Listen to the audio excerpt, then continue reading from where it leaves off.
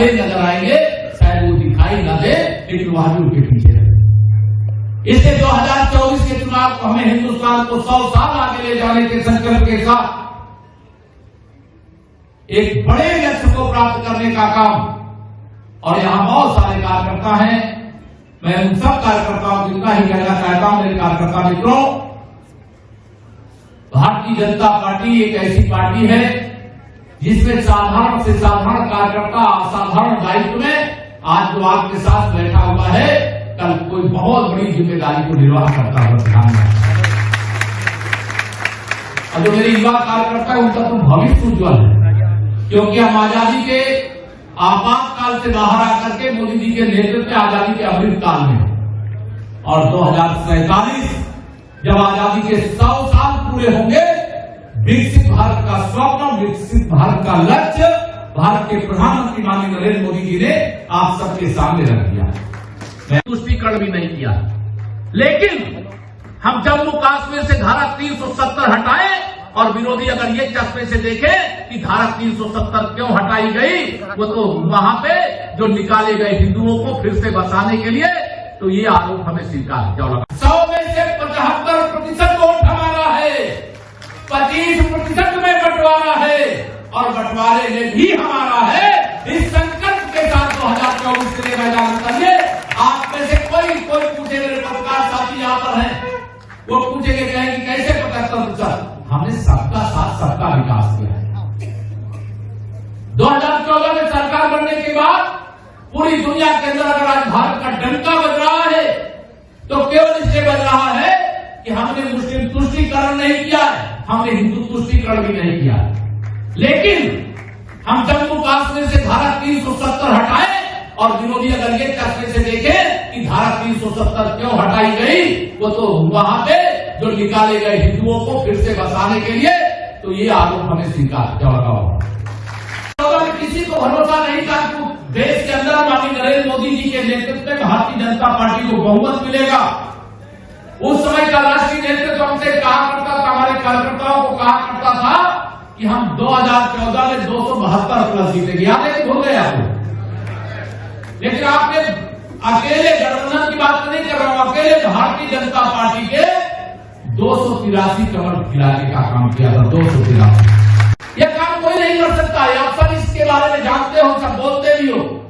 गरीब कल्याण के लिए समर्पित हमारी सरकार है, किसानों के उत्थान के लिए समर्पित हमारी सरकार है, नौजवानों के उज्जवल भविष्य के लिए हमारी समर्पित सरकार है। आज माननीय नरेंद्र मोदी जी अमेरिका के अंदर भी होकर के अब मिस्र में पहुंचे हुए हैं। दुनिया में जो बड़े लोग हैं, वो बुजुर्ग लोग हैं, उनको सबको याद होगा कभी भारत के प्रधानमंत्री का ऐसा स्वागत सत्कार दुनिया में कभी देखा था क्या? अमेरिका में विशेष तौर से अभी मुझे बता रहे थे, अनिल जी के साथ अभी हम लोग बैठ करके आ रहे, साथ नरेंद्र जी थे, कितने बार तालियां बजा रहे किसी को?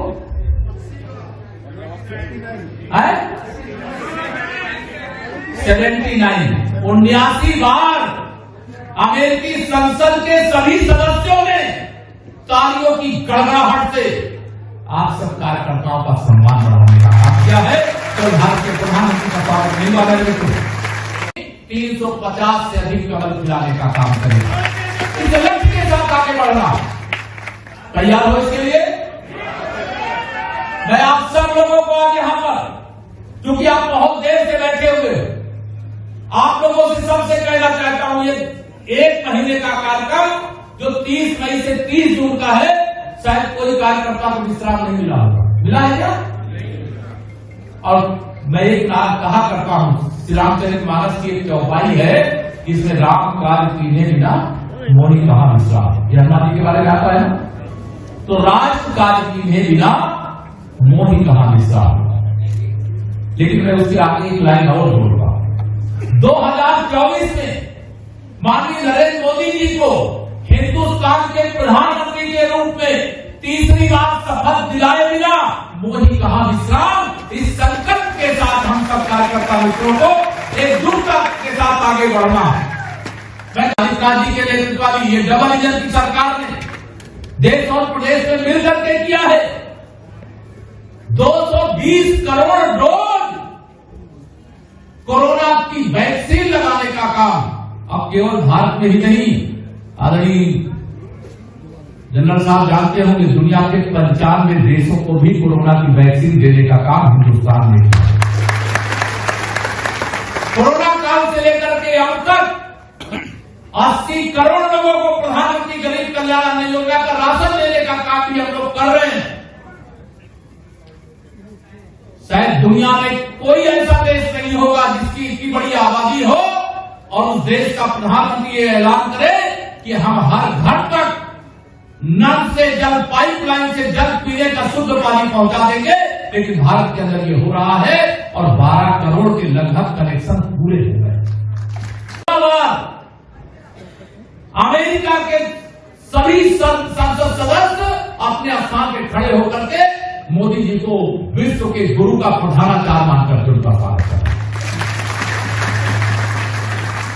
ये गौरव की बात नहीं है। 2014 से पहले वही अमेरिका, हमारे प्रधानमंत्री जी जब मुख्यमंत्री थे अमेरिका जाने का वीजा नहीं मिला और वही अमेरिका हमारे प्रधानमंत्री जी का ऑटोग्राफ मांगा। ये गौरव की बात नहीं है।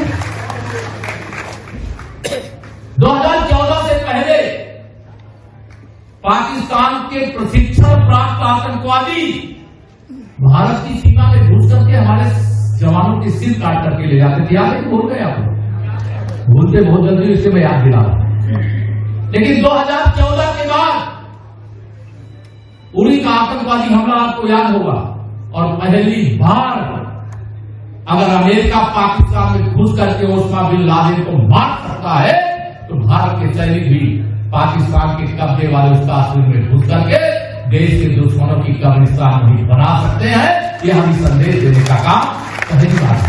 भव्य मंदिर का निर्माण तो भगवान सोमनाथ के मंदिर के साथ हो जाना चाहिए था, लेकिन वह काम माननीय नरेंद्र मोदी जी के प्रधानमंत्री बनने के बाद हुआ है।